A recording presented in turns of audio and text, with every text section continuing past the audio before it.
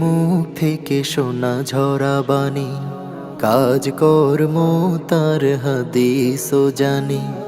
পছন্দ ভালো লাগা প্রেম নির্ভুল, পছন্দ ভালো লাগা প্রেম নির্ভুল। মন সমর্থন হাদিসের ফুল, হাদিসের সেই ফুল বুকে নিয়ে যারা মাতিয়ে তুলেছে আজ পৃথিবীর পাড়া। গে যাই তাদের আজ হাজারো সানা। حدثنا حدثنا حدثنا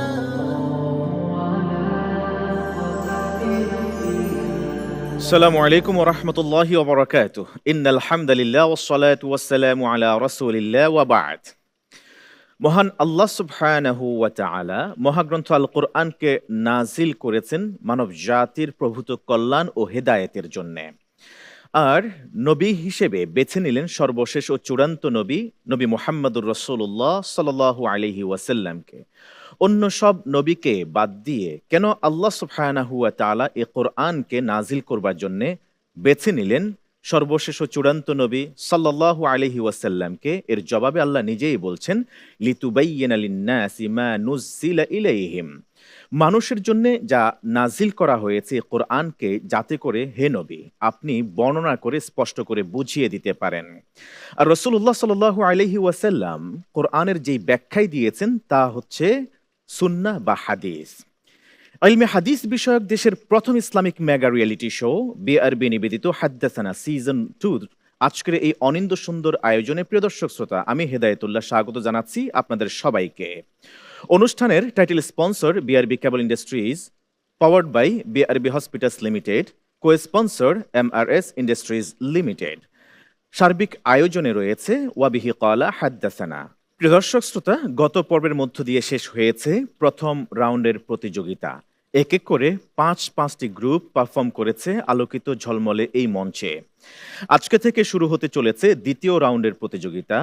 এই পর্যায়ে শুরু করা যাক।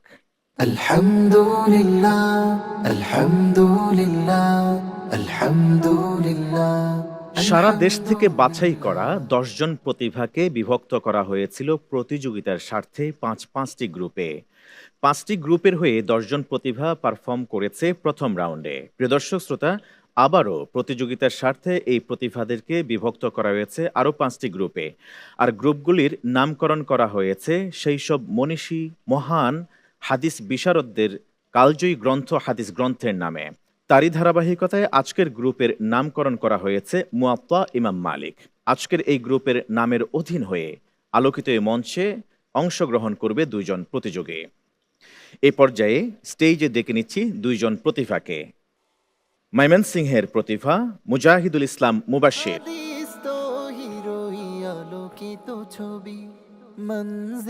আসসালামু আলাইকুম ওয়া রাহমাতুল্লাহি ওয়া বারাকাতুহু। ওয়ালাইকুম আসসালাম ওয়া রাহমাতুল্লাহি ওয়া বারাকাতুহু। মুবাশশির ভালো আছেন? আলহামদুলিল্লাহ, আপনি ভালো আছেন? আলহামদুলিল্লাহ, আল্লাহ তাআলা ভালো রেখেছেন। আমরা আপনার আরেকজন প্রতিদ্বন্দ্বী প্রতিযোগীকে ডেকে নেই। জি ইনশাআল্লাহ। এবার ডেকে নিচ্ছি পরবর্তী প্রতিযোগীকে, চাঁদপুরের বন্ধু মুহাম্মাদুল্লাহ। আসসালামু আলাইকুম ওয়া রাহমাতুল্লাহি ওয়া বারাকাতুহু। ওয়ালাইকুম আসসালাম ওয়া রাহমাতুল্লাহি ওয়া বারাকাতুহু। মুহাম্মাদুল্লাহ ভালো আছেন? আলহামদুলিল্লাহ। আলহামদুলিল্লাহ। প্রস্তুত তো আজকের জন্য? জি ইনশাআল্লাহ। ইনশাআল্লাহ। প্রিয় দর্শক শ্রোতা, 2 জন প্রতিযোগীর পরিচয় পর্ব শেষে এই পর্যায়ে মঞ্চে আসবার জন্য বিনয়ের সাথে অনুরোধ করছি আজকের পর্বের বিজ্ঞ বিচারক প্যানেল এবং আমন্ত্রিত অতিথিকে।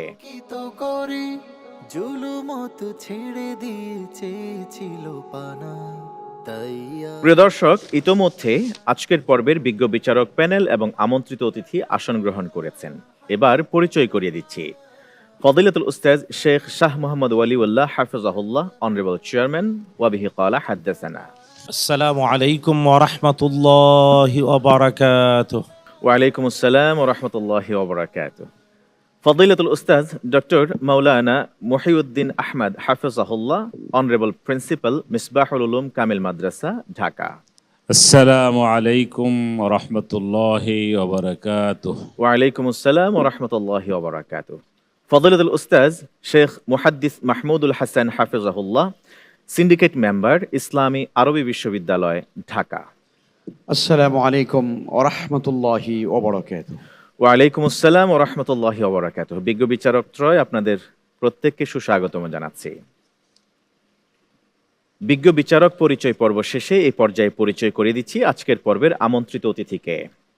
হাফিজ মাওলানা মুফতি মোহাম্মদ আতিকুল্লাহ, খতিব, সাহেবনগর জামে মসজিদ, ঢাকা। আসসালামু আলাইকুম ওরহমতুল্লাহি ওয়াবারাকাতুহু। ওয়ালাইকুম আসসালাম ও রহমতুল্লাহি ওয়া বারাকাতুহু। আপনাকে সুস্বাগতম জানাচ্ছি আয়োজনে। ধন্যবাদ। পরিচয় পর্ব শেষ, এবার প্রস্তুত ইলমে হাদিসের নববীর এই আঙ্গিনা। তো শুরু করা যাক আজকের পর্বের আনুষ্ঠানিকতা। শুরুতে রয়েছে প্রথম সেগমেন্টে হুজ্জিয়াতুল হাদিস বা হাদিসের মাধ্যমে দালিলিক প্রামাণিকতা সেগমেন্ট। হুজ্জিয়াতুল হাদিস বা হাদিসের মাধ্যমে দালিলিক প্রমাণ, এই সেগমেন্টে একটি গুরুত্বপূর্ণ বিষয় নির্বাচন করা হয়। দুইজন প্রতিযোগীকে সময় বেঁধে দেওয়া হয় 3 মিনিট করে 6 মিনিট। এই 3 মিনিট এই সময়ের মধ্যে দুইজন প্রতিযোগী প্রত্যেকেই নিজে প্রমাণ করবেন ওই বিষয়ের উপরে আলোচনা উপস্থাপনের মাধ্যমে যে কোরআনের পাশাপাশি ব্যাখ্যা গ্রন্থ হাদিসেরও প্রয়োজনীয়তা রয়েছে। হাদিসকে মানা ছাড়া কোনোভাবেই কোরআনের উপর পরিপূর্ণ আমল করা সম্ভব নয়। তারই ধারাবাহিকতায় আজকের যে বিষয়টি নির্ধারণ করা হয়েছে তা হচ্ছে অজুর পদ্ধতি। আমরা এই পর্যায়ে যাব প্রথম প্রতিযোগী মুজাহিদুল ইসলাম মুবাশশিরের কাছে। অজুর পদ্ধতি, এই বিষয়টি কোরআন থেকে প্রমাণ করবার জন্য। হামিদা ওয়া মুসাল্লিয়া ওয়া মুসাল্লিমা আম্মা বাদ। ইসলামী শরীয়তের অত্যন্ত গুরুত্বপূর্ণ একটি ফরজ বিধান হলো সালাত। সালাতের জন্য আবশ্যক হলো তহারত তথা পবিত্রতা অর্জন। আর তহারতের একটি পদ্ধতি হলো অজু। তো প্রথমে চলুন আমরা অজু সম্পর্কে কোরআনে কারীম থেকে জেনে নেই। আল্লাহ তাআলা সূরা মাইদার 6 নং আয়াতে বলেন, ইয়া আইয়ুহাল্লাযীনা আমানু ইযা কুমতুম ইলাস সালাতি ফাগসিলু ওয়ুজুহাকুম ওয়া আইদিয়াকুম ইলাল মারাফিক ওয়ামসাহু বিরুউসিকুম ওয়া আরজুলাকুম ইলাল কাবাইন। হে মুমিনগণ, যখন তোমরা নামাজের ইচ্ছা করো তখন তোমরা তোমাদের চেহারাকে ধৌত করবে, উভয় হাত কনুসহ ধৌত করবে, মাথা মাসা করবে এবং উভয় পা টাকনুসহ ধৌত করবে। উল্লেখিত আয়াতে আল্লাহ তাআলা অজুর ফরজগুলো বর্ণনা করলেও অজুর ফজিলত, অজুর সুনান এবং মুস্তাহাব্বাত সম্পর্কে বিস্তারিত জানতে আমাদের বিস্তারিত কোনো বর্ণনা কোরআনে কারিমে পাওয়া যায় না। তাই আমাদেরকে রাসূল সাল্লাল্লাহু আলাইহি ওয়াসাল্লামের হাদিসের শরণাপন্ন হতে হবে। অজুর ফজিলত সম্পর্কে রাসূল সাল্লাল্লাহু আলাইহি ওয়াসাল্লাম বলেন, আবু হুরায়রা রাদিয়াল্লাহু আনহু রিওয়ায়াত, ইন্না উম্মতি ইউদআউনা ইয়াউমাল কিয়ামাহ গুররাম মুহাজ্জালিনা মিন আসারিল ওযু। অর্থাৎ আমার উম্মতকে কিয়ামতের দিন ডাকা হবে এমত অবস্থায় তাদের অঙ্গগুলো অজুর প্রভাবে ঝলমল করতে থাকবে। এরপরে আমরা জানবো অজুর বিস্তারিত পদ্ধতি সম্পর্কে। আলী রাদিয়াল্লাহু আনহু রাসূল সাল্লাল্লাহু আলাইহি ওয়াসাল্লামের প্র্যাকটিক্যাল অজুর পদ্ধতি জানিয়েছেন, প্র্যাকটিক্যালভাবে অজু করে দেখিয়েছেন। আবু হাইয়া থেকে রিওয়ায়াত, তিনি আলী রাদিয়াল্লাহু আনহুকে অজু করতে দেখেছেন। তিনি বলেন, রাআইতু আলিয়ান তাওয়াদ্দা ফাগাসালা কাফাইহি হাত্তা আনকাহুমা। প্রথমে তিনি উভয় হাত ধৌত করলেন এবং হাত থেকে ময়লা পরিষ্কার করলেন। এরপর 3 বার কুলি করলেন, 3 বার নাকে পানি দিলেন, উভয় হাত কনুই সহ 3 বার ধৌত করলেন, মাথা মাসা করলেন, উভয় পা টাকনু সহ 3 বার ধৌত করলেন। উল্লেখিত রিওয়ায়াতের মাধ্যমে আমরা অজুর সুন্নত তথা 3 বার করে কি করতে হবে, কুলি করতে হবে এবং 3 বার নাকে পানি দিতে হবে এবং অজুর প্রত্যেকটি অঙ্গ 3 বার করে ধুয়ে নিতে হবে, এই ব্যাপারে আমরা জানতে পারি। এরপরে যারা পরিপূর্ণরূপে অজু করে না তাদের ব্যাপারে, তাদের ভয়াবহতা সম্পর্কে রাসূল সাল্লাল্লাহু আলাইহি ওয়াসাল্লাম বলেন, আব্দুল্লাহ ইবনে আমর রাদিয়াল্লাহু তাআলা আনহু রিওয়ায়াত, রাজা'না মা রাসূলিল্লাহি সাল্লাল্লাহু আলাইহি ওয়াসাল্লাম মিন মক্কা ইলাল মদিনা। আমরা মক্কা থেকে মদিনায় ফিরছিলাম, রাসূল সাল্লাল্লাহু আলাইহি ওয়াসাল্লামের সাথে একটি ঝর্ণার নিকট আসলাম। তখন আসরের সময় হয়ে গেল। কিছু লোক তাড়াহুড়া করে অজু করতে গিয়ে তাদের টাকনুগুলো অজু করলো, কিন্তু তাদের টাকনুগুলো যার কারণে ভিজলো, যার কারণে শুকনো রয়ে গেল। রাসূল সাল্লাল্লাহু আলাইহি ওয়াসাল্লাম তাদেরকে ধমক দিয়ে বললেন, ওয়াইলুন লিল আকাবি মিনান নার আসবিগুল ওযু। অর্থাৎ টাকনু সমূহের জন্য জাহান্নামের আগুনের দুর্ভোগ, তোমরা পরিপূর্ণরূপে অজু করো। সুতরাং উল্লেখিত বর্ণনা সমূহের দ্বারা সুস্পষ্ট রূপে প্রমাণিত হয় হাদিস হলো কোরআনের পরিপূরক, হাদিস হলো কোরআনের ব্যাখ্যা বিশ্লেষণ, হাদিস হলো কোরআনের বর্ণিত বিধিবিধান সমূহের আমলি রূপরেখা। তাই তাই উল্লেখিত রেওয়াজসমূহের মাধ্যমে সুস্পষ্টভাবে প্রমাণিত হয় হাদিস হলো কোরআনের ব্যাখ্যা বিশ্লেষণ, হাদিস হলো কোরআনের পরিপূরক, হাদিসের মাধ্যমে আমরা জানতে পারি কোরআনের আমলি রূপরেখা। সুতরাং আমাদেরকে কোরআন এবং হাদিস উভয়টিকে আঁকড়ে ধরতে হবে। আল্লাহ তাআলা আমাদেরকে কোরআন এবং হাদিস অনুযায়ী নিজেদের জীবনকে গঠন করার তৌফিক দান করুন। আমিন আমিন। অনেক অনেক ধন্যবাদ জানাচ্ছি আপনাকে মুজাহিদুল ইসলাম মুবাশশির। চমৎকার করে আপনি কোরআন এবং হাদিস থেকে ওযুর পদ্ধতিগুলি তুলে ধরেছেন এবং আল্লাহ রাসূল সাল্লাল্লাহু আলাইহি ওয়াসাল্লাম কোথাও কারো যদি অজুতে কোনো কমতি হয়েছে তখন তিনি তাকে ধমক স্বরে কখনো কখনো শুধরিয়ে দিয়েছেন। জাযাকাল্লাহ খাইরান। প্রিয় দর্শক শ্রোতা, আমাদের প্রতিযোগীর আলোচনার শেষের অংশে যে কথাটি খুবই গুরুত্বপূর্ণ সেটি হচ্ছে কোরআন এবং সুন্নাহ উভয়কেই মানতে হবে, আর সুন্নাহ বা হাদিস হলো কোরআনের আমলি বাস্তব রূপ। এবার আমরা যাব অজুর পদ্ধতি এই বিষয়ের উপরে কথা শুনবার জন্যে, আর আলোচনা 3 মিনিটের মধ্যে শেষ করবেন এবারের প্রতিযোগী চাঁদপুরের প্রতিভা মুহাম্মাদুল্লাহ। بسم الله الرحمن الرحيم والصلاة على النبي الكريم أما بعد الله تعالى قرآن كريم بولين يا أيها الذين آمنوا إذا قمتم إلى الصلاة فاغسلوا وجوهكم وأيديكم إلى المرافق وامسحوا برؤوسكم وأرجلكم إلى الكعبين হে মুমিনগণ, তোমরা যখন নামাজের ইচ্ছা করবে তখন তোমরা তোমাদের চেহারা ধৌত করবে, হাত ধৌত করবে এবং মাথা মাসাহ করবে এবং পা ধৌত করবে। এই আয়াতের দ্বারা আমরা দেখতে পাই যে এখানে আল্লাহ রাব্বুল আলামিন 3টা অঙ্গ ধোয়ার এবং 1টা অঙ্গ মাসাহ করার কথা বলেছেন, কিন্তু এগুলা তো শুধুমাত্র ওযুর মূল বিষয়গুলো। এছাড়াও ওযুর মধ্যে এমন কিছু বিষয় আছে যেগুলো নাকি কোরআন দ্বারা সরাসরি প্রমাণিত হয় না। এগুলোর জন্য আমাদের অবশ্যই হাদিসের কাছে যেতে হবে। হাদিসের মধ্যে রাসূলুল্লাহ সাল্লাল্লাহু আলাইহি ওয়াসাল্লাম এছাড়া আরও কিছু বিষয় তুলে ধরেছেন যেগুলো নাকি সাহাবায়ে কেরাম বিভিন্ন সময় তাবেঈদেরকে প্র্যাকটিক্যালি শিক্ষা দিয়েছেন। যেমন হযরত উসমান রাদিয়াল্লাহু তাআলা আনহু riwayaতের মধ্যে আছে, তিনি তাবেঈদের এক জামাতের সামনে তিনি ওযু প্র্যাকটিক্যালি করে দেখিয়েছেন। বিস্তারিত অর্থাৎ 3বার চেহারা ধৌত, 3বার কুলি করা, 3বার নাকে পানি দেওয়া, 3বার চেহারা ধৌত করা এবং 3বার হাত ধৌত করা এবং মাথা মাসাহ করা এবং পা ধৌত করা। তো এখানে বিস্তারিতভাবে আল্লাহ রাসূল সাল্লাল্লাহু আলাইহি ওয়াসাল্লামের ওযু করার পদ্ধতিটা হযরত উসমান রাদিয়াল্লাহু তাআলা আনহু তুলে ধরেছেন। এরপরে তিনি বলেছেন, রাআইতু রাসূলুল্লাহি সাল্লাল্লাহু আলাইহি ওয়াসাল্লাম তাওয়াজ্জা কাউযুই হাযা ওয়া ক্বালা মান তাওয়াজ্জা নাহওয়া উযুই হাযা থুম্মা সাল্লা ফাহুয়া কাফফারাতুহু মিনান নার। এই হাদিসের দ্বারা রাসূলুল্লাহ সাল্লাল্লাহু আলাইহি ওয়াসাল্লাম হযরত উসমান রাদিয়াল্লাহু তাআলা আনহু পরিপূর্ণভাবে রাসূলুল্লাহ সাল্লাল্লাহু আলাইহি ওয়াসাল্লামের ওযুর বিবরণটা তুলে ধরেছেন। এখন যদি আমরা হাদিস যদি না মানি, শুধুমাত্র কোরআন থেকে প্রত্যেকটা জিনিস বের করতে চাই, তাহলে আমাদের ওযুটা পরিপূর্ণভাবে ওযু হবে না। যে ওযুর ব্যাপারে রাসূলুল্লাহ সাল্লাল্লাহু আলাইহি ওয়াসাল্লাম উৎসাহ দিয়েছেন, যেমন এক হাদিসে কুদসির মধ্যে আছে যে ইসবাগুল উযু আলাল মাকরুহাত, অর্থাৎ বান্দা যখন নাকি ভালোভাবে উযু করবে, তার কষ্ট লাগা সত্ত্বেও, ঠান্ডা বা অন্য কোনো কষ্ট লাগা সত্ত্বেও ভালোভাবে উযু করবে, এটা তার জন্য অনেক বড় সওয়াবের ভাগীদার হবেন। তো এটা দ্বারা আমরা এটাই দেখতে পাই যে হাদিস দ্বারা যখন নাকি আমরা উযুটা করব, তখন এর মাধ্যমে পরিপূর্ণভাবে সওয়াবের অধিকারী হতে পারবো। শুধুমাত্র কোরআন দ্বারা এটা হবে না। ধন্যবাদ আপনাকে সময়ের মধ্যে আপনার আলোচনা শেষ করবার জন্য, এবং আপনি মহাগ্রন্থ আল কোরআনের ওই আয়াতকে, অজু সম্বলিত যে আয়াতটি নাজিল হয়েছে সেটিকে হাদিসের মাধ্যমে বাস্তবিক প্রয়োগ আল্লাহ রসুল এবং তার সাহাবিগণ যেভাবে করেছিলেন অজু, সেটি আপনি প্রমাণ করার চেষ্টা করেছেন। জাযাকাল্লাহ খায়রান। প্রিয় দর্শক শ্রোতা, আমরা জানি যে আল্লাহ সুবহানাহু ওয়া তাআলা তার প্রিয় হাবিবকে কোরআনের ব্যাখ্যাকারী হিসেবে তিনি পাঠিয়েছেন এবং এই কোরআনকে স্পষ্ট করে আমলে মানুষদেরকে, তার সাহাবিদেরকে শিখিয়েছেন। সাহাবিদের কাছ থেকে আমরা পরবর্তী যুগের যারা ছিলেন আমাদের সালাফগণ, তারা শিখেছেন, আস্তে আস্তে করে আমাদের পর্যন্ত এসছে।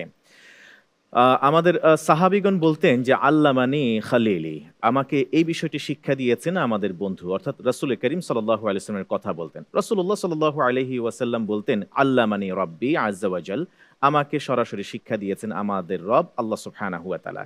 এভাবেই বংশ পরম্পরায় আমাদের কাছ পর্যন্ত অজুর এই তরিকা পদ্ধতি এসছে। আমরা আজকের নির্ধারিত বিষয় অজুর পদ্ধতি, এই বিষয়টিতে প্রতিযোগীদের বিষয়ে সার্বিক মূল্যায়ন এবং কোরআন সুন্নাহর আলোকে এই বিষয়ে কিছু কথা বলবার জন্য অনুরোধ করছি বিজ্ঞ বিচারক ফজিলাতুল শেখ শাহ ওয়ালিউল্লাহ হাফিজাহুল্লাহকে। আলহামদুলিল্লাহ ওয়াসসালাতু ওয়াসসালামু আলা রাসূলিল্লাহ ওয়া বা'দ। আলহামদুলিল্লাহ, যে আসলেই আল্লাহ তাআলারই প্রশংসা। আমাদের দুইজন প্রতিযোগী যেভাবে বলছিল, রাসূলুল্লাহ সাল্লাল্লাহু তাআলা আলাইহি ওয়াসাল্লাম আল্লাহ তাআলার নির্দেশ অজু করার বাস্তবতা আমাদের সামনে তুলে ধরেছেন। তবে হ্যাঁ, এটাও জানা উচিত অজু করতে হবে পবিত্রতা অর্জনের জন্যে, কিন্তু অজু ভাঙ্গারও কিছু কারণ আছে। অজু কিভাবে হারিয়ে যায়, ভেঙ্গে যায়, কোরআন আল কারীমে এই কথাগুলো আল্লাহ তাআলা বলেননি, বলেছেন মুহাম্মাদুর রাসূলুল্লাহ সাল্লাল্লাহু তাআলা আলাইহি ওয়াসাল্লাম। অবশ্য তাদের কথায় এই জিনিসটা হারিয়ে গিয়েছে। তারা যদি অজু ভঙ্গের কারণগুলো হাদিস দ্বারা তুলে ধরতো, তাহলে পরিপূর্ণতা আসতো। এটা আমাদের নসিহা, সামনে চেষ্টা করবা পরিপূর্ণরূপে যে কোনো বিষয়কে তুলে ধরতে। আর হ্যাঁ, হাদিসের প্রামাণিকতার যথার্থতা এটাই যে কোরআন আল কারীমের আদেশ, এর পরিপূর্ণতা, এটার যথাযথতা মুহাম্মাদুর রাসূলুল্লাহ সাল্লাল্লাহু তাআলা আলাইহি ওয়াসাল্লাম নিজে করে আমাদেরকে দেখিয়েছেন। এই জন্য অজু করার পদ্ধতি যেমন তিনি দেখিয়েছেন, অজু কিভাবে হারিয়ে যাবে তাও তিনি আমাদেরকে জানিয়েছেন। সুতরাং আমাদের সকল দর্শক শ্রোতাদের উদ্দেশ্যে বলতে চাই, আমাদের সম্মানিত শেখ হেদায়েতুল্লাহ যেভাবে বললেন যে রাসূলুল্লাহ সাল্লাল্লাহু তাআলা আলাইহি ওয়াসাল্লাম বলতেন আল্লামানি রাব্বি, আর আসহাবে রাসূলিল্লাহ সাল্লাল্লাহু তাআলা আলাইহি ওয়াসাল্লাম রাদিয়াল্লাহু আনহুম তারা বলতেন আল্লামানি খালিলি, আমার প্রিয় বন্ধু আমাকে শিখিয়েছে। এই যে শিখানোর ধারাবাহিকতা আল্লাহ তাআলা বিশ্বনবীকে শিখালেন, আর বিশ্বনবী সাল্লাল্লাহু আলাইহি ওয়াসাল্লাম তার সাহাবায়ে কেরাম রাদিয়াল্লাহু আনহুমকে শিখালেন, আর আসহাব রাসূলিল্লাহ সাল্লাল্লাহু আলাইহি ওয়াসাল্লাম তাবেঈনদেরকে শিখালেন, আর তাবেঈনদের থেকে আতবা তাবেঈন শিখলেন। এরই ধারাবাহিকতায় যে আমরাও শিখলাম, এর নামই হাদ্দাসানা, এর নামই ওয়াবিহি কালা হাদ্দাসানা। আর এই জন্য আমাদের এই আয়োজনটা একাডেমিক আয়োজন। আমরা আল্লাহ সুবহানাহু ওয়া তাআলার লক্ষ কোটি শুকরিয়া আদায় করছি। আমাদের ভাষা নাই রব্বুল আলামিনের প্রশংসা করার, শুধু বলি লাকাল হামদু কামা ইয়ানবাগি লিজালালি ওয়াজহিক ওয়া আযীমি সুলতানিক। আর হ্যাঁ, পাশাপাশি আমাদের ওই সকল বন্ধু স্বজন তাদের জন্য দোয়া করি যাদের পিছন থেকে সহযোগিতায় আজকে পর্যন্ত আমরা জাতির সামনে মিডিয়াতে হাদ্দাসানাকে তুলে ধরতে পেরেছি। আল্লাহ তাআলা কবুল করুন, আমিন। আমিন। ধন্যবাদ জানাচ্ছি আপনাকে চমৎকার আলোচনা উপস্থাপন করবার জন্য। জাযাকুমুল্লাহ খাইরান। আল্লাহ সুবহানাহু ওয়া তাআলা ওয়াবিহি ক্বালা হাদ্দাসানা এই আয়োজনকে, এই আয়োজনের সাথে সংশ্লিষ্ট যারা আছেন তাদের সবাইকে এবং হাদ্দাসানা পরিবারকে কবুল করুন। এই আয়োজনকে আমাদের সকলের নাজাতের ওসিলা হিসেবে কবুল আর মঞ্জুর করুন। প্রিয় দর্শক শ্রোতা, আপনারা দেখছেন ইলমে হাদিস বিষয়ক দেশের প্রথম Islamic mega reality show BRB নিবেদিত হাদ্দাসানা সিজন 2। অনুষ্ঠানের title sponsor BRB cable industries, powered by BRB hospitals limited, co sponsor MRS industries limited. সময় হলো বিরতিতে যাবার, ফিরবো ইনশাআল্লাহ তাআলা পরবর্তী সেগমেন্টের চমৎকার আয়োজন নিয়ে। সাথেই থাকুন।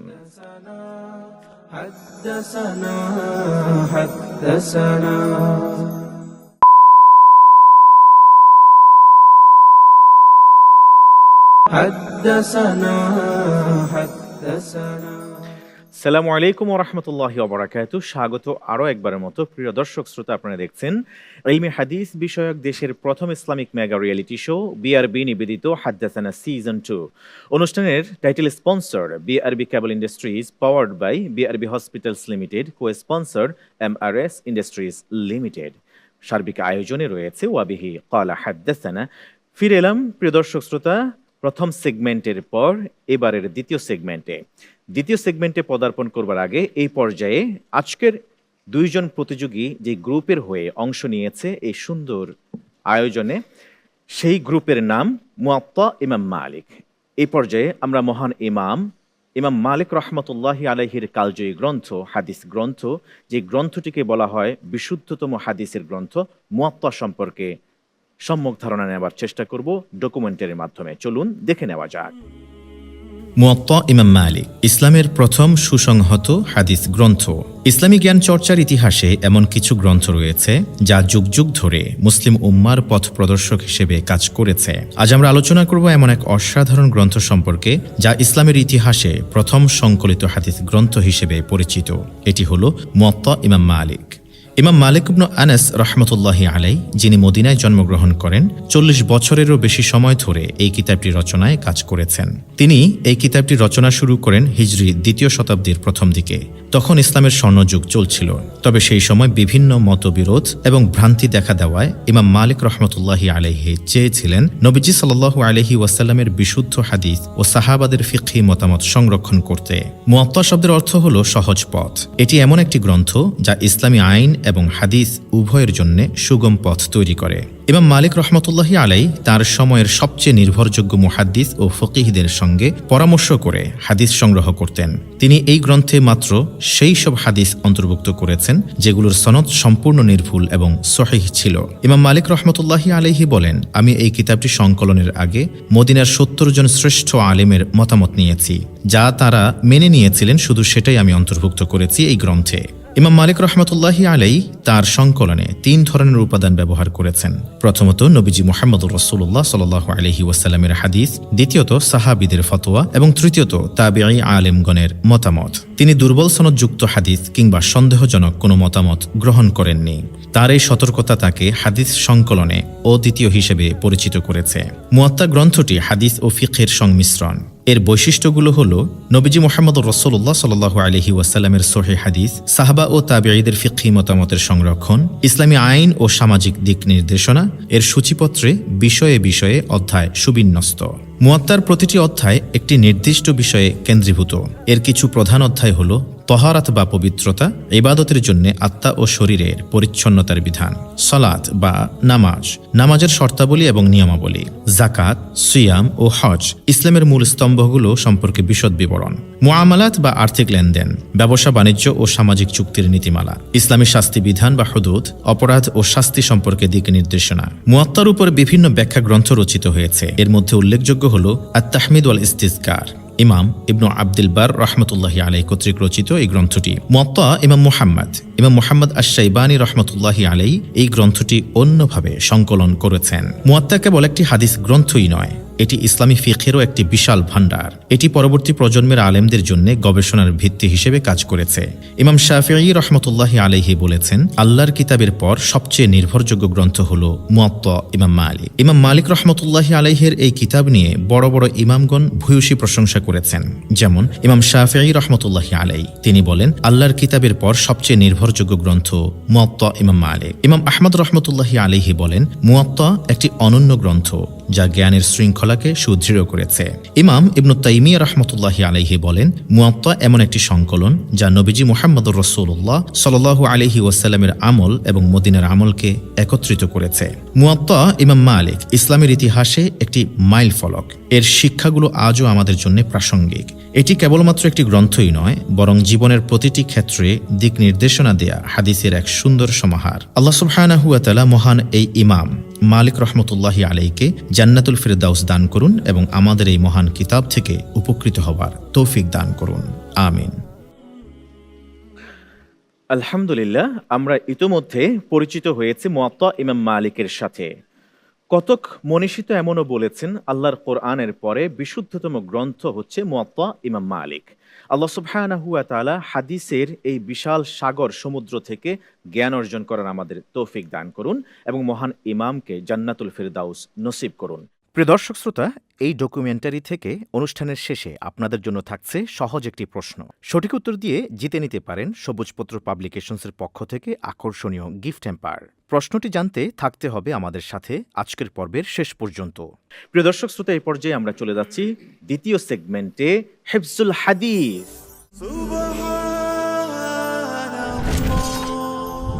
হিফজুল হাদিস এই সেগমেন্টে ওয়াবিহি ক্বালা হাদ্দাসানা প্রকাশন থেকে প্রকাশিত হাদিসে কুদসি, সব মত এর ঊর্ধ্বে থেকে বিশুদ্ধতম হাদিস 170টি সন্নিবেশন করা হয়েছে এই প্রকাশনীতে। প্রিয় দর্শক শ্রোতা, এই গ্রন্থের সর্বশেষ 100টি হাদিস এবারের সিলেবাস। সেই সিলেবাস থেকে এই রাউন্ডে বিষয়ভিত্তিক হাদিস উপস্থাপন করতে হচ্ছে দুইজন প্রতিযোগীকে। দুইজন বিজ্ঞ বিচারক দুইজন প্রতিযোগীকে দুটি প্রশ্ন করবেন, বিষয় দিয়ে দিবেন। সেই বিষয়কে পুঁজি করে প্রতিযোগীরা সার্চ করে বের করবেন সেই হাদিসকে, এবং বর্ণনাকারীর নাম ও কোন গ্রন্থে উল্লেখিত হয়েছে তা উল্লেখপূর্বক হাদিসের অর্থ সহকারে তা উপস্থাপন করবেন আমাদের সামনে। এই পর্যায়ে বিজ্ঞ দুইজন বিচারককে অনুরোধ করব প্রশ্ন করবার জন্য। প্রথমে ফজলুল উস্তাজ অধ্যক্ষ ডক্টর মাওলানা মহিউদ্দিন আহমদ হাফেজাহুল্লাহ প্রশ্ন করবেন মুবাশশিরকে। মুজাহিদুল ইসলাম মুবাশশির প্রস্তুত? জি ইনশাআল্লাহ। আল্লাহ তাআলার ইবাদত করার জন্য তো অনেক কষ্ট স্বীকার করতে হয়। তা আল্লাহর ইবাদতের জন্য কষ্ট সহ্যকারীর নিঃসন্দেহে ফজিলত রয়েছে। এ সম্পর্কে একখানা হাদিস আমরা আপনার থেকে শুনতে চাই। বিসমিল্লাহির রহমানির রহিম। عن عقبة بن عامر رضي الله تعالى عنه قال سمعت رسول الله صلى الله عليه وسلم يقول رجلان من أمتي يقوم أحدهما من الليل فيعالج نفسه إلى الطهور وعليه عقد فيتوضأ فإذا وضأ يديه انحلت عقدة فإذا وضأ وجهه انحلت عقدة وإذا وضأ يديه انحلت عقدة وإذا مسح رأسه انحلت عقدة وإذا وضأ رجليه انحلت عقدة فيقول الرب للذين وراء الحجاب انظروا إلى عبدي هذا يعالج نفسه ما سألني عبدي هذا فهو له رواه أحمد والحديث الصحيح। উকবা ইবনে আমির রাদিয়াল্লাহু তাআলা আনহু থেকে বর্ণিত, তিনি বলেন আমি রাসূল সাল্লাল্লাহু আলাইহি ওয়াসাল্লামকে বলতে শুনেছি, দুজন ব্যক্তি শেষ রাত্রে উঠে নিজের জন্য নিজেকে কষ্ট করে ওযু করে এবং তার উপর থাকে অনেকগুলো গিট। সে যখন মুখ ধৌত করে তখন তার একটি গিট খুলে যায়, যখন হাত ধৌত করে তার থেকে একটি গিট খুলে যায়, যখন সে মাথা মাসাহ করে তার থেকে একটি গিট খুলে যায়, যখন সে পা ধৌত করে তখন তার থেকে একটি গিট খুলে যায়। অতঃপর আল্লাহ তাআলা পর্দার আড়ালে ফেরেশতাদেরকে বলেন, তোমরা আমার এই বান্দাকে দেখো সে কিভাবে নিজেকে কষ্টে ফেলতেছে, সুতরাং আমার এই বান্দা যা চায় তোমরা তাকে দিয়ে দাও। হাদিসটি ইমাম আহমদ রাহিমাহুল্লাহ তাআলা মুসনাদে আহমদে বর্ণনা করেছেন। ধন্যবাদ আপনাকে। কোনো মুলাহাজা আছে কিনা আমরা জানবো বিজ্ঞ বিচারকের কাছ থেকে। আমারে বান্দা যা কিছু চাইবে সে তাই পাইবে। কি চাইবে? রবের সন্তুষ্টি। শুকরান। ধন্যবাদ আপনাকে বিজ্ঞ বিচারক। চমৎকার আরেকটি সম্পূরক প্রশ্ন করবার জন্য আমাদের প্রতিযোগী যথার্থই উত্তর দিয়েছেন। রবের সন্তুষ্টির চেয়ে বেশি চাওয়া আল্লাহর কাছ থেকে আর কিছু হতে পারে না। জাযাকাল্লাহ খাইরান। আমরা যাব এবার পরবর্তী প্রতিযোগীর কাছে। প্রতিযোগী মুহাম্মদুল্লাহ, প্রস্তুত আছেন? ইনশাআল্লাহ। মারকাজুল ফিকহিল ইসলামী বসুন্ধরার ছাত্র। এই প্রতিভাকে প্রশ্ন করুন ফজলাতুল উস্তাদ শেখ মুহাদ্দিস মাহমুদুল হাসান হাফিজাহুল্লাহ। আলহামদুলিল্লাহ। মোহাম্মদুল্লাহ কেমন আছেন? আলহামদুলিল্লাহ। আলহামদুলিল্লাহ। প্রস্তুত? জি মাশাআল্লাহ। আমরা জানি আল্লাহ সুবহানাহু ওয়া তাআলা তিনি এতটাই বেশি বান্দার প্রতি দয়াশীল, মায়াশীল, যে বান্দারা ভুল করে অনেক সময় তারা গুনাহ করে ফেলে, না বুঝে না জেনে, ছোট হোক বড় হোক, কিন্তু আল্লাহ সুবহানাহু ওয়া তাআলা বান্দার জন্য তার রহমতের দরজা এবং তওবার দরজাকে তিনি খুলে রাখেন, যাতে করে বান্দা সেই গুনাহ থেকে পবিত্র হতে পারে। আমরা এ সংক্রান্ত একটা হাদিস জানতে চাই যে বান্দা গুনাহ করার পরেও আল্লাহর কাছে তওবা করলে আল্লাহ তাআলা বান্দার তওবা কবুল করেন, সে বিষয়ে। عن ابن عباس رضي الله عنهما قال قالت قريش للنبي صلى الله عليه وسلم ادع لنا ربك أن يجعل لنا الصفا ذهبا ونؤمن بك قال وتفعلون قالوا نعم فدعا فأتاه جبريل فقال إن ربك عز وجل يقرأ عليك السلام ويقول لك إن شئت أصبح لهم الصفا ذهبا فمن كفر بعد ذلك منهم عذبته عذابا لا أعذبه أحدا من العالمين وإن شئت فتحت لهم باب التوبة والرحمة قال بل باب التوبة والرحمة أخرجه إمام أحمد। হযরত ইবনে আব্বাস রাদিয়াল্লাহু তাআলা আনহুমা থেকে বর্ণিত, রাসূলুল্লাহ সাল্লাল্লাহু আলাইহি ওয়াসাল্লামের কাছে একদল কুরাইশ আসলেন। এসে বলল যে আপনি আমাদের জন্য এই দোয়া করুন আল্লাহর কাছে যে তিনি যেন আমাদের জন্য সাফা পাহাড়টাকে স্বর্ণ বানিয়ে দেন। তখন তখন আমরা ঈমান আনবো। তাহলে যদি স্বর্ণ বানিয়ে দেওয়া হয় তাহলে আমরা ঈমান নিয়ে আসবো। রাসূলুল্লাহ সাল্লাল্লাহু আলাইহি ওয়াসাল্লাম তাদেরকে বললেন, তোমরা কি তা করবে? তখন তারা বলল, হ্যাঁ করব। তখন আল্লাহ রাসূল সাল্লাল্লাহু আলাইহি ওয়াসাল্লাম তারা যে আবেদন নিয়ে আসলো সেভাবেই দোয়া করলেন। এমত অবস্থায় জিবরাইল আমিন উপস্থিত হলেন, যে আল্লাহ তাআলার পক্ষ থেকে সালাম নিয়ে উপস্থিত হলেন। জিবরাইল আলাইহিস সালাম বললেন, আল্লাহ তাআলা আমার মাধ্যমে আপনার কাছে এই খবর পাঠিয়েছেন যে যদি আপনি চান তাহলে আল্লাহ তাআলা তাদের জন্য এই সাফা পাহাড়টাকে স্বর্ণে রূপান্তরিত করে দিবেন। কিন্তু এটা স্মরণ রাখতে হবে, যদি তারা এরপরে যদি ঈমান না আনে তাহলে তাদেরকে আমি এমন শাস্তি দিব যে শাস্তি আমি দুনিয়াতে আর কাউকে দেইনি। আর যদি আপনি যদি চান তাহলে আল্লাহ তাআলা তাদের জন্য রহমতের দরজা খুলে দিবেন। তখন আল্লাহ রাসূল সাল্লাল্লাহু আলাইহি ওয়াসাল্লাম বললেন, হ্যাঁ আমি চাই যে আল্লাহ তাআলা তাদের জন্য রহমতের দরজা খুলে দিক। ধন্যবাদ আপনাকে। আমরা শুনলাম। বাংলায় যদি আপনি বলে দিতেন, যদিও আরবি ভাষায় বলেছেন, এই হাদিসটি কোন গ্রন্থে উদ্ধৃত হয়েছে? এই হাদিসটি ইমাম আহমদ রহমতুল্লাহ আলাইহি তার মুসনাদ গ্রন্থে উল্লেখ করেছে। ধন্যবাদ আপনাকে। আমরা যাব বিজ্ঞ বিচারকের কাছে মন্তব্যের জন্য। মাশাআল্লাহ, সুন্দর আমরা একটা হাদিস শুনলাম। তার মানে এই হাদিস থেকে বোঝা গেল যে দুনিয়ার সম্পদের পাহাড়ের চাইতেও আল্লাহ তাআলার কাছে বান্দার জন্য তার রহমতের মূল্য এবং মর্যাদা অনেক বেশি। আপনার কাছে একটি সম্পূরক প্রশ্ন আমাদের জানতে চাওয়া, সেটি হলো কিয়ামতের ময়দানে কোনো মানুষ কি আসলে তার ইবাদতের বড়াই করে অনেক নামাজ, অনেক রোজা, অনেক সাদাকা, এটার উপরে ভিত্তি করে কি সে জান্নাতে যেতে পারবে? জি না। তাহলে সে কিসের উপরে ভরসা করে এসে জান্নাতে যেতে পারবে? একমাত্র অর্থাৎ আল্লাহর রহমত এর উপরে ভিত্তি করেই আল্লাহ তাআলা তাকে ক্ষমা করবেন এবং সেই রহমতের মাধ্যমেই তিনি আল্লাহর জান্নাতে যাবেন। অনেক শুকরিয়া, জাযাকাল্লাহ খাইর। ধন্যবাদ আপনাকে বিজ্ঞ বিচারক। সম্পূরক প্রশ্নটি অনেক চমৎকার হয়েছে। আশা করি আমাদের দর্শকগণ এখান থেকে মেসেজ নেবেন। আর আপনাকে ধন্যবাদ জানাচ্ছি প্রতিযোগী মোহাম্মদুল্লাহ, চমৎকার করে হাদিস উপস্থাপন করবার জন্য। জাযাকুমুল্লাহ খায়রান। আমিন ওয়া ইয়াকুম। প্রিয় দর্শক শ্রোতা, এগিয়ে চলেছে ইলমে হাদিস বিষয়ক দেশের প্রথম Islamic mega reality show BRB নিবেদিত হাদ্দাসানা সিজন 2। অনুষ্ঠানের title sponsor BRB cable industries, powered by BRB hospitals limited, co sponsor MRS industries limited. ফিরবো ইনশাআল্লাহ তাআলা পরবর্তী সেগমেন্টের চমৎকার আরো বেশ কিছু আয়োজন নিয়ে। প্রিয় চ্যানেলের সাথেই থাকুন।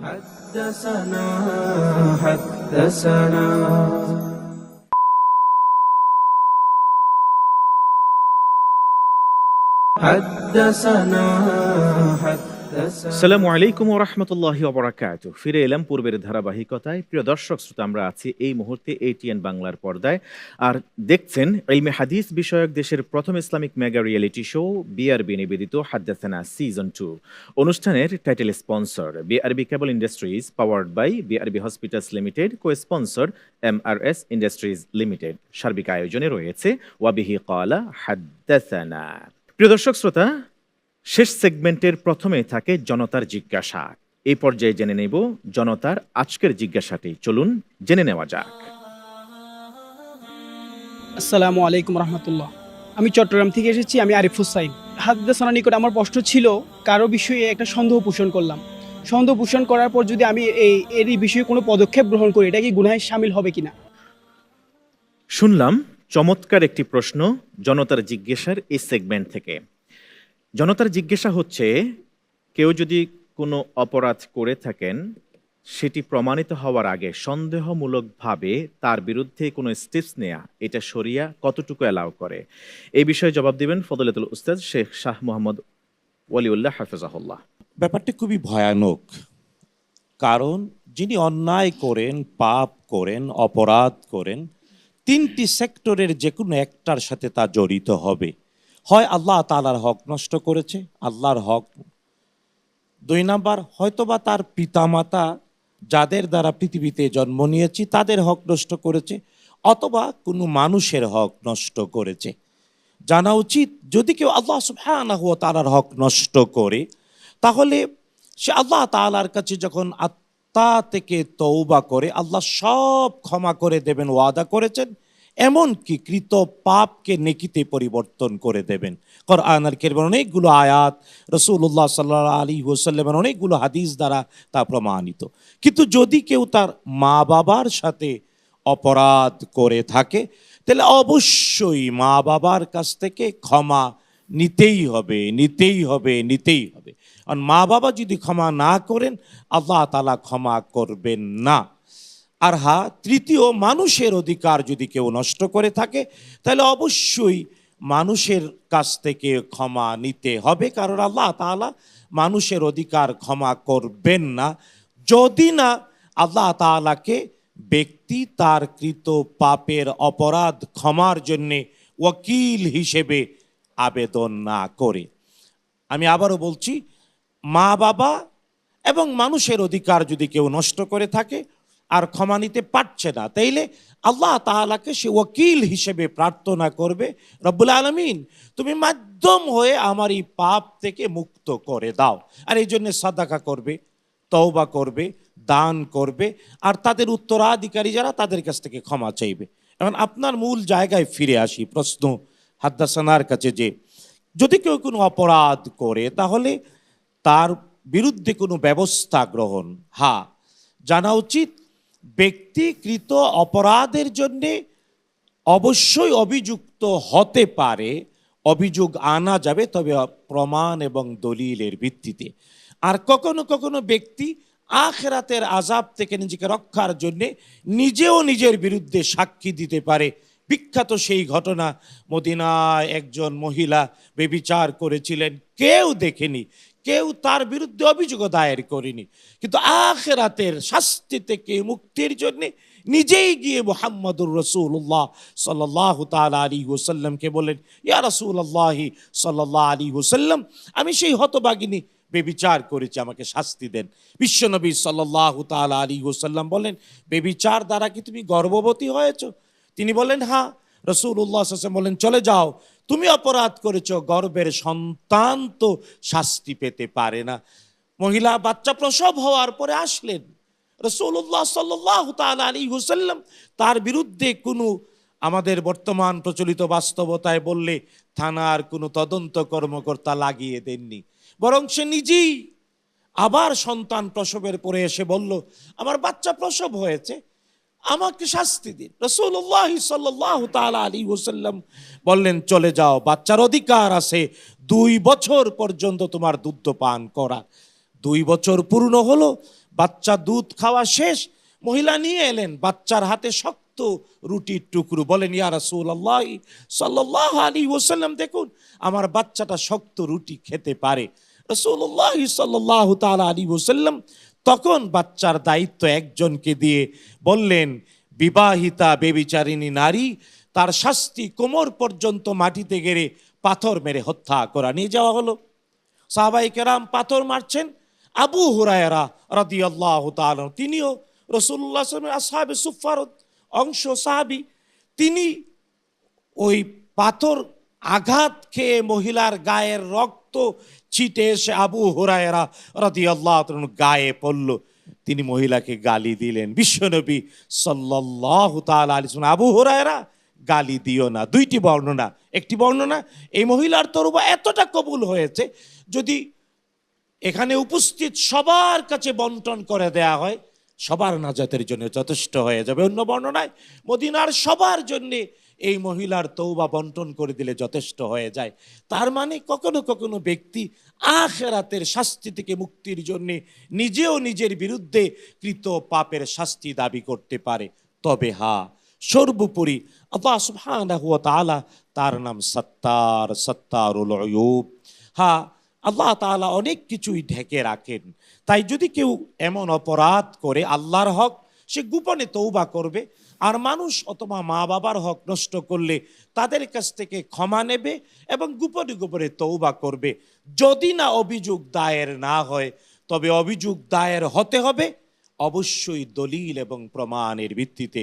সন্দেহ করে কাউকে অপরাধী বলা যাবে না, যাবে না, যাবে না, কারণ এতে হয় অপবাদ হবে আর না হয় গীবত হবে, দুইটাই নিষিদ্ধ।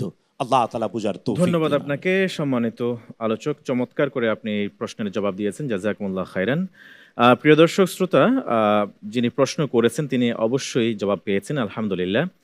ধারণা প্রসূত কারো বিরুদ্ধে কোনো পরোয়ানা জারি করা অথবা তাকে কোনো অপরাধী হিসেবে অভিযুক্ত করে, এটা মোটেই কাম্য নয়। আল্লাহ সুবহানাহু ওয়া তাআলা আমাদের বুঝে আমল করার তৌফিক দান করুন। প্রিয় দর্শক শ্রোতা, এই পর্যায়ে চলে যাচ্ছে আমাদের সর্বশেষ সেগমেন্ট, প্রশ্নোত্তরে ইলমুল হাদিস। প্রশ্নোত্তরে ইলমুল হাদিস এই সেগমেন্টে ওয়াবিহি ক্বালা হাদ্দাসানা প্রকাশন থেকে প্রকাশিত বাকি 3টি গ্রন্থ, প্রশ্নোত্তরে মিশকাতুল মাসাবিহ, ইলমে হাদিসের বাতিঘর, হাদিস পরিচিতি সংরক্ষণ ও সংকলন, এই 3টি গ্রন্থ থেকে 2 জন প্রতিযোগীকে 5টি করে 10টি প্রশ্ন করা হবে, আর প্রতিটি প্রশ্নের জন্য দেয়া হবে আধা মিনিট করে সময়। এই পর্যায়ে শুরু করা যাক। প্রথমে আমরা যাব মুজাহিদুল ইসলাম মুবাশশিরের কাছে। প্রস্তুত? জি ইনশাআল্লাহ। মুজাহিদুল ইসলাম মুবাশশির জামিয়া রহমানিয়া আজিজিয়া, মোহাম্মদপুর, ঢাকার ছাত্র। আমরা প্রশ্ন করব শুরুতেই মুজাহিদুল ইসলাম মুবাশশিরকে। প্রশ্ন করা হোক। প্রথম প্রশ্ন, ওয়া যাকাতু আমরুন মাকতুউন বিহি ফিশ শারঈ ইয়াস্তাগনি আন তাকাল্লুফিল ইহতিজাজ লাহু, এই উক্তিটি কার? বলতে পারবেন? জি। অপশন নেব না? লাগবে না? কার এটি? ইবনে হাজার আসকালানি। নিশ্চিত? জি ইনশাআল্লাহ। ডাবল মাইনাস যদি ভুল হয়। রাজি? জি। দেখি অপশন দেখি। ইমাম নববী রহমতুল্লাহি আলাই, বদরুদ্দিন আইনি রহমতুল্লাহি আলাই, ইবনু হাজার আল আসকালানি রহমতুল্লাহি আলাই ও ইমাম নাসাফি রহমতুল্লাহি আলাই। আপনার উত্তর ছিল ইবনু হাজার আল আসকালানি রহমতুল্লাহি আলাই, রাইট? জি। আপনার এই উত্তরটি সঠিক হয়েছে, আলহামদুলিল্লাহ। আপনার জন্য দ্বিতীয় প্রশ্ন, কারো কাছে 17টি উট থাকলে তার যাকাত কি হবে? অপশন লাগবে? জি না। কয়টি? 3টি বকরি। 3টি বকরি। জি। অপশনস, অপশন ক 3টি বকরি, খ 4টি, গ 1টি বিনতে লাবুন, ঘ 1টি বিনতে মাখাজ। অপশন ক লক করে দেয়া হোক, অপশন ক। এবং প্রতিযোগী অপশনের আগেই বলেছে 3টি বকরি। আপনার এই উত্তরটি সঠিক হয়েছে, আলহামদুলিল্লাহ। আপনার জন্য তৃতীয় প্রশ্ন, আমি আব্দুল্লাহ ইবনু আব্বাস রাদিয়াল্লাহু তাআলা আনহুর কাছে বসে হাদিস লিখতাম, লিখতে লিখতে যখন পৃষ্ঠা ভরে যেত তখন আমি আমার স্যান্ডেল নিয়ে তাতে লিখতাম, লিখতে লিখতে তাও ভরে যেত, এই উক্তিটি কার? অপশন লাগবে? জি না। সাঈদ ইবনে জুবাইর রাদিয়াল্লাহু আন। নিশ্চিত? জি রাহিমাহুল্লাহ। জি। সাঈদ ইবনু জুবাইর জি। রাহমাতুল্লাহি আলাই। আচ্ছা দেখি আমরা মিলিয়ে নেই।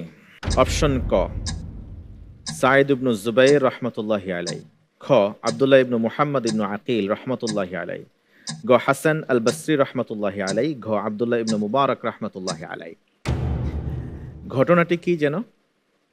আমি আব্দুল্লাহ ইবনে আব্বাসের নিকট হাদিস লিখতাম, লিখতে লিখতে যখন পৃষ্ঠা ভরে যেত তখন আমি আমার স্যান্ডেল নিয়ে হাদিস লিখতে শুরু করতাম। কেন? হাদিস সংরক্ষণের প্রতি তার আগ্রহ বেশি থাকার কারণে। আমরা তো জানি হাদিস আরবি ভাষায় লিখতেন তিনি, তাই না? জি। তা আমাদের সমাজে তো আরবি কোনো অক্ষরকে বা হাদিসের কোনো লেখনীকে পায়ের নিচে কিংবা জুতার সাথে রাখা বা লেগে যাওয়া এটাকে অপমানকর কিংবা একটু তুচ্ছ তাচ্ছিল্য করার মতো হয়। আলোচ্য এই ঘটনা আর ওই ঘটনা দুইয়ের মধ্যে সামঞ্জস্য কোথায় বা পার্থক্য কোথায় জানা যাবে? আচ্ছা, আমরা জানবো শেখ মাহমুদুল হাসান হাফেজাহুল্লাহ। যেমন সাঈদ ইবনু জুবাইর রাহমাতুল্লাহি আলাই যখন হাদিস লেখা শুরু করতেন, লিখতে লিখতে যখন তার কাগজ শেষ হয়ে যেত, লেখার জায়গা পেতেন না, এখন কোথায় লিখে রাখবেন? লিখতেন তার জুতার উপরে। এরপরে দেখা যেত তাও লেখা শেষ হয়ে যেত। আমার প্রশ্ন ছিল আমাদের প্রতিযোগীর কাছে, হাদিস তো জুতার মধ্যে লেখা কিংবা জুতাতে লাগা, এটা কি কতটুকু ঠিক ছিল? এটাকে কিভাবে মেলাবো? না, ঠিকই বলেছেন। স্বাভাবিকভাবেই তো আমরা আসলে আরবি ভাষাকে সম্মান করি। কোরআনে কারিমের ভাষা আরবি, হাদিসের ভাষা আরবি, ইসলামী সাহিত্যের ভাণ্ডারের ভাষা আরবি। সে কারণে স্বাভাবিকভাবে এটা আমাদের কাছে শ্রদ্ধার পাত্র, কোনো সন্দেহ নেই। কিন্তু সাঈদ ইবনু জুবাইর রাহিমাহুল্লাহ তাআলা যিনি হাদিস লিখতেন, যার ইতিহাস আমরা শুনলাম বা যার সম্পর্কে প্রশ্নটি করা হয়েছে, তার এই লেখার ভেতরে আসলে একটি ব্যাপার ছিল এই যে তিনি হাদিস সংরক্ষণ করবার প্রয়োজনীয়তাকে এত বেশি অধিক মনে করতেন যে স্বাভাবিক একটু হয়তো আদবের খেলাফ একটু বিষয় হয়েছে, কিন্তু হাদিস সংরক্ষণ করা মানবতার জন্য, উম্মতের জন্য অনেক বেশি জরুরি ছিল। এটি অনেক গুরুত্বপূর্ণ, কারণ একটি হাদিস যদি হারিয়ে যায় তাহলে উম্মতের কাছে রাসূলের এই মেসেজ পৌঁছাবে না।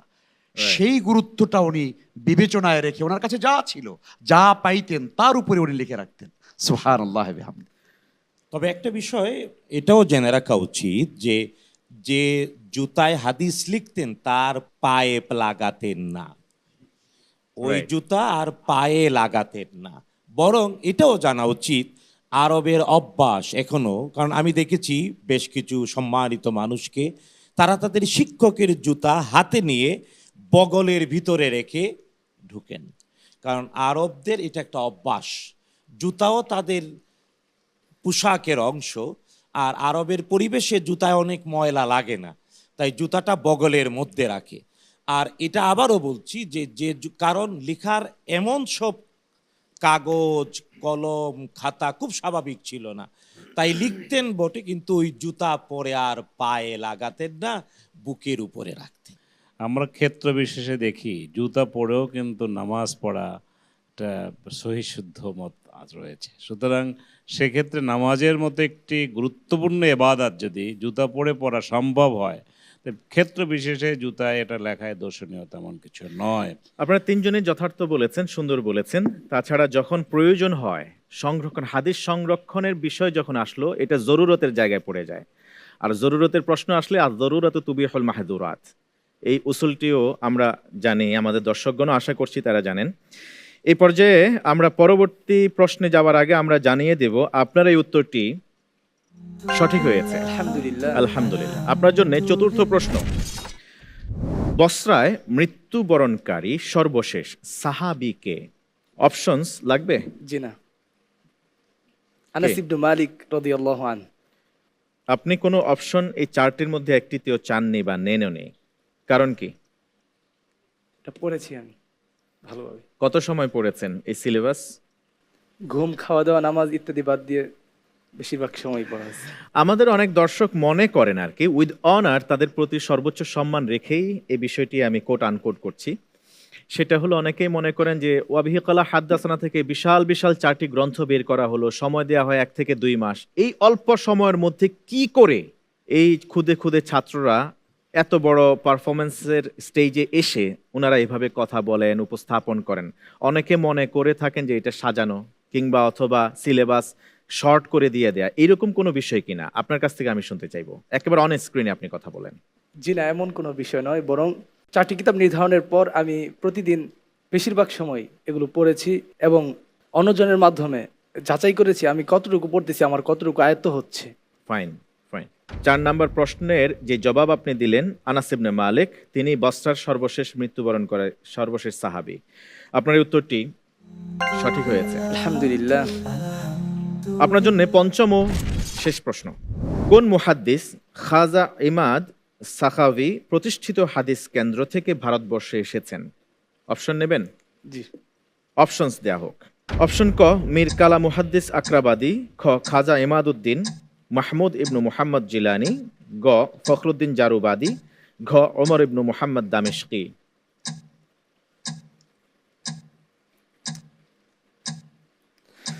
উত্তর হিসেবে বেছে নিচ্ছি অপশন ঘ, উমর ইবনু মুহাম্মদ দামেশকি।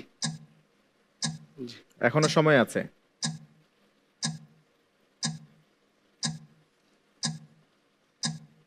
Times up. আপনার লক করা অপশন ঘ দেওয়া উত্তর ওমর ইবনে মুহাম্মদ দামেশকি, এই উত্তরটি সঠিক হয়েছে। আলহামদুলিল্লাহ। Well done. 5টি প্রশ্নের মধ্যে 4টির অপশন ছাড়াই সঠিক উত্তর দিয়েছেন, 1টির অপশন নিয়েও তাও সঠিক উত্তর দিয়েছেন। আলহামদুলিল্লাহ। জাযাকুমুল্লাহ খাইরান। প্রিয় দর্শক শ্রোতা, এগিয়ে চলেছে সেরা প্রতিভাকে বাছাই করে আপনাদের সামনে উপস্থাপনের বা পরিচয় করে দেওয়ার জন্যে আয়োজিত ইলমে হাদিস চর্চার অনুষ্ঠান, প্রথম mega Islamic reality show BRB নিবেদিত হাদ্দাসানা সিজন 2। আমরা আছি এখন শেষ সেগমেন্টে, প্রশ্নোত্তরে ইলমুল হাদিস। যাব এবার দ্বিতীয় প্রতিযোগী চাঁদপুরের প্রতিভা মুহাম্মদুল্লাহর কাছে। প্রস্তুত আপনি? জি ইনশাআল্লাহ। প্রতি প্রশ্নের জন্য আধা মিনিট করে সময়, কেমন? ওকে, প্রশ্ন শুরু করা যাক। আপনার জন্য প্রথম প্রশ্ন, কোন সাহাবী মারা যাওয়ার পর রাসূলুল্লাহ সাল্লাল্লাহু আলাইহি ওয়াসাল্লাম তাকে দেখতে গিয়ে চুম্বন করেছিলেন? অপশনস: ক উসমান ইবনু মাযউন, খ হামজা ইবনু আব্দুল মুত্তালিব, গ সাদ ইবনু মুআজ, ঘ উপরের কেউই নয়, রাসূল সাল্লাল্লাহু আলাইহি ওয়াসাল্লাম কোনো মৃত ব্যক্তিকে চুম্বন করেননি। আলহামদুলিল্লাহ, আমি উত্তর হিসাবে বেছে নিচ্ছি ক, অর্থাৎ উসমান বিন মাজউন রাদিয়াল্লাহু তাআলা আনহু। সময় আছে, চেঞ্জ করবেন? জি না। ফাইনাল? জি। লক করে দেওয়া হোক অপশন ক, উসমান ইবনু মাযউন রাদিয়াল্লাহু আনহু। আপনার এই উত্তরটি সঠিক হয়েছে। আলহামদুলিল্লাহ। আপনার জন্য দ্বিতীয় প্রশ্ন, কারো কাছে 179টি উট থাকলে তার যাকাত কি হবে? অপশনস: ক 3টি হিক্কা, খ 2টি হিক্কা ও 2টি বিনতে লাবুন, গ 1টি হিক্কা ও 3টি বিনতে লাবুন, ঘ 2টি হিক্কা ও 2টি বিনতে মাখাজ।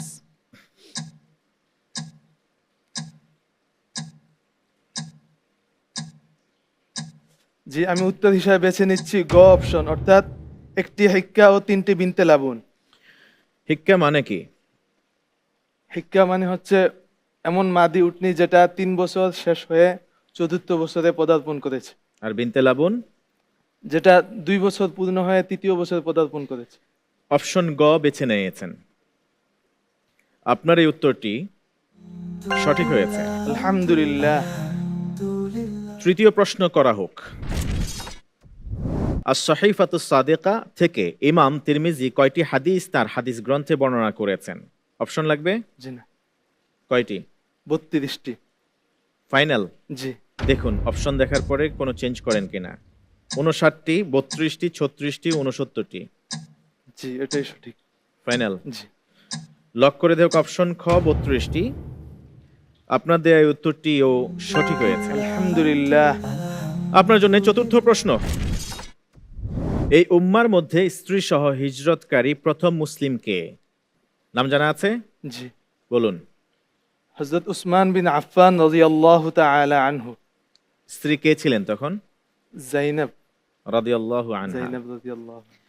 অপশন নেবেন না তাইলে? জি না। আপনার এই উত্তরটি সঠিক হয়েছে। আলহামদুলিল্লাহ। স্ত্রী জয়নব নন, রুকাইয়া ছিলেন। কেমন? ওকে, যদি এটি প্রশ্নের অংশ ছিল না, এজন্য আপনি পূর্ণ নাম্বারে পেয়ে যাবেন। আপনার জন্য সর্বশেষ ও পঞ্চম প্রশ্ন, তুহফাতুল গরীব বিশারহি মুগনিল লাবিব এই গ্রন্থের রচয়িতা কে? অপশন লাগবে? জি। অপশনস: ক শেখ তাহির ইবনু ইউসুফ সিন্ধি, খ বদরুদ্দিন মুহাম্মদ ইবনু আবি বকর আদ-দামামিনী, গ আবু বকর ইবনু মুহাম্মদ আল বাহরুজি, ঘ মীর মুর্তাজা শরীফ সিরাজি।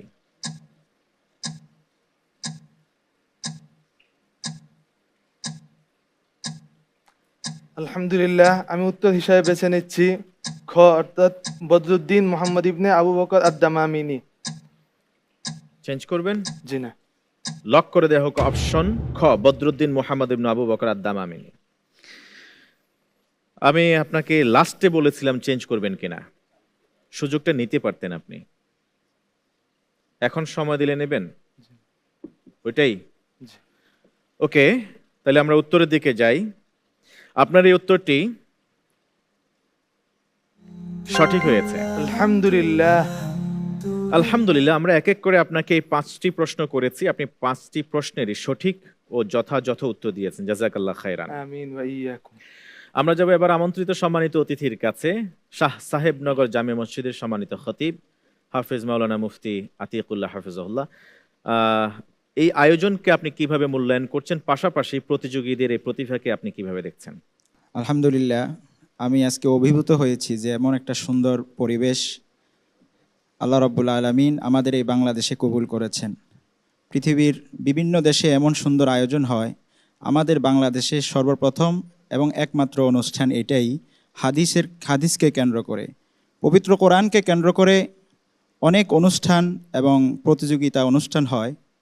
হাদিসকে কেন্দ্র করে যে একমাত্র অনুষ্ঠান, এই আমরা এখানে আজকে বসতে পেরেছি, এই জন্যে আল্লাহ রাব্বুল আলামিনের কাছে শুকরিয়া জ্ঞাপন করি এবং আপনাদের সকলের আমি আল্লাহ রাব্বুল আলামিনের কাছে হায়াতে তৈয়বা কামনা করি। এখানে একটা বিষয় হচ্ছে, আল্লাহ রাব্বুল আলামিন পবিত্র কোরআনকে তিনি নিজেই হেফাজত করবেন বলেছেন, ইন্না নাহনু নাজ্জালনা যিকরা ওয়া ইন্না লাহু লাহাফিজুন। কিন্তু পবিত্র কোরআনকে যেভাবে আল্লাহ রাব্বুল আলামিন হেফাজত করবেন, হাদিসকে হেফাজত করার দায়িত্ব কে নেবে? হাদিসকে হেফাজত করার দায়িত্ব এই উম্মতে মুহাম্মাদের। তো সুতরাং হাদিসকে আমরা যদি কোরআনের মতো করে হেফাজত না করতে পারি, একসময় হয়তো এই হাদিস আল্লাহ রাব্বুল আলামিন অবশ্যই হারিয়ে যেতে দিবেন না, কিন্তু আমাদের মধ্যে যেন এটা কিয়ামত পর্যন্ত জীবিত থাকে। আর এই জীবিত রাখার জন্য যে প্রয়াস এই হাদ্দাসানা নিয়েছে, এটাকে অবশ্যই সাধুবাদ জানাতে হয়। বিশ্বনবী সাল্লাল্লাহু আলাইহি সাল্লাম এমন একজন মহামানব, যার কথা এবং যার সুন্নাহ কোনো মানুষ যদি অনুসরণ করে, সেই দুনিয়াতে মুক্তি লাভ করে এবং আখিরাতে নাজাত প্রাপ্ত হয়। তার মুখনিসৃত বাণী এবং পবিত্র বাণীগুলো আমরা যদি অনুসরণ করতে পারি, এই অনুসরণের মাধ্যমে আমরা দুনিয়া এবং আখিরাতে নাজাত এবং মুক্তি লাভ করতে পারবো। আর এই নাজাত আর মুক্তির যে বার্তাগুলো আমরা এই হাদ্দাসানার মাধ্যমে মানুষের কাছে পৌঁছে দিতে পারছি, এটাই হচ্ছে আমাদের জীবনে সবচেয়ে বড় পাওয়া, এবং আমাদের পুরো বাংলাদেশের বাংলা ভাষী মানুষদের জন্য এটা বড় একটা প্রাপ্তি। আল্লাহ রাব্বুল আলামিন এই অনুষ্ঠানকে কবুল করুন এবং কিয়ামত পর্যন্ত যেন এই অনুষ্ঠানকে আল্লাহ রাব্বুল আলামিন জীবিত রাখেন, এই জন্য আল্লাহ রাব্বুল আলামিনের কাছে কামনা করি। আসসালামু আলাইকুম ওয়া রাহমাতুল্লাহ। ধন্যবাদ জানাচ্ছি আপনাকে, চমৎকার করে মূল্যায়ন করেছেন এই আয়োজনকে, জাযাকুমুল্লাহ খায়রান। আর ধন্যবাদ আপনাকেও মোহাম্মদুল্লাহ, চমৎকার করে প্রশ্নগুলোর উত্তর দিয়েছেন।